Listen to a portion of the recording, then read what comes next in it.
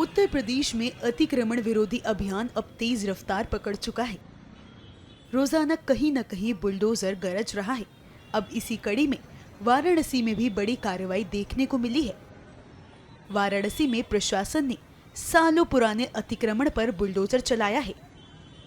50 से 55 साल पुरानी दुकानें और मकान ध्वस्त कर दिए गए हैं। तस्वीरों में साफ देखा जा सकता है कि सड़कों के किनारे बनी पूरी लाइन अब सिर्फ ईंटों और मलबों में तब्दील हो गई है।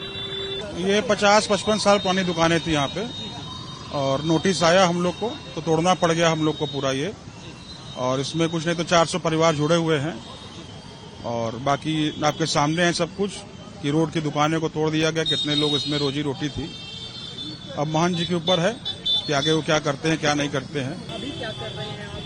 अभी कुछ नहीं है। अभी अचानक से किसी की रोजी रोटी छिड़ जाएगा तो अचानक कहाँ से कोई कर पाएगा। और इस समय जान ही रहे हैं कि 20-25 हजार रुपये से कम भाड़ा नहीं है किसी भी दुकान का। इसलिए अब सोचेंगे, धीरे धीरे सोचेंगे।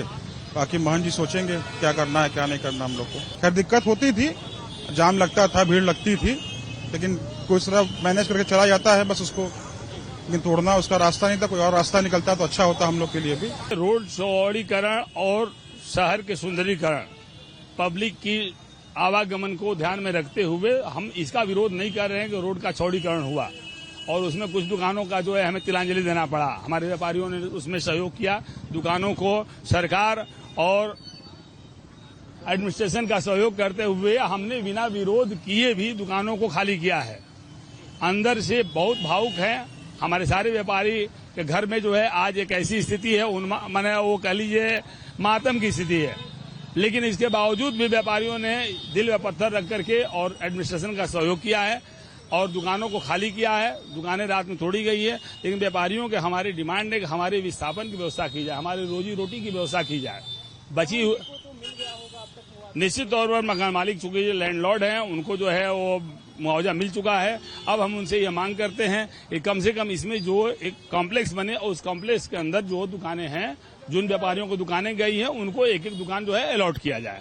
छोटी बड़ी और नए रेटों पर ही अलॉट करें, पुराने रेटों पर न करें, लेकिन उनको जरूर जो है उनको ध्यान में रखें क्योंकि वो बरसों से जुड़े हुए हैं। एक नहीं दो 3 पीढ़ियां जो है उनके साथ जुड़ी हुई है, जिनका रोजी रोटी जिस पर जुड़ा हुआ है, उनकी दुकानें गई हैं और उनके घर में आज बहुत ही बदहाली की स्थिति है। वहीं इस कार्रवाई में कई अवैध निर्माणों को हटाया गया, जिससे आम जन और यातायात को राहत मिली है। जहां कुछ लोगों ने इस अभियान का विरोध किया, वहीं कुछ स्थानीय लोगों ने इसकी सराहना की है। ये संकट नहीं है भैया। संकट देखिए, संकट होता है प्राकृतिक, जो आपदा होती है उसको संकट कहते हैं। ये शहर को सुदृढ़ तरीके से यातायात को चलाने के लिए शहर का सड़क को चौड़ीकरण में ले लिया गया है। ठीक है, हमारी दुकान थी और लोगों की दुकान थी, ठीक है भाई। ये जो सार्वजनिक तौर पर कोई भी कार्य होता है तो वो पर्सनली नहीं हो रहा है कि सिर्फ ये हम किसी ने पर्सनली अपना काम कर लिया।